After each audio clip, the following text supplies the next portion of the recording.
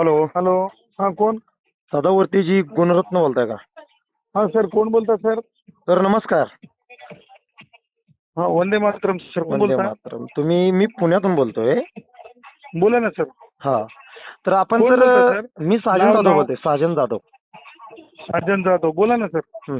काय नाही सर, आपण वकील आहेत, कायदे तज्ञ आहात.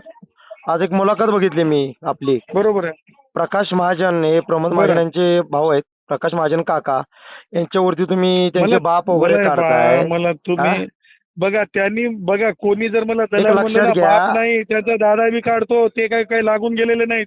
प्रमोद महाजन साहेबांचा आणि प्रकाश महाजन मध्ये लय फरक आहे. हा. आम्ही सन्माननीय लोकनेते गोपीनाथजी मुंडेंच्या विचाराचे आहोत. काय करतो म्हणजे त्याच्यामुळे त्यांचे? आम्ही सुद्धा लोकनेते हा. गोपीनाथरावजी मुंडेंच्या विचाराचे आहोत. तुम्ही होय. काय मला फोन करायले?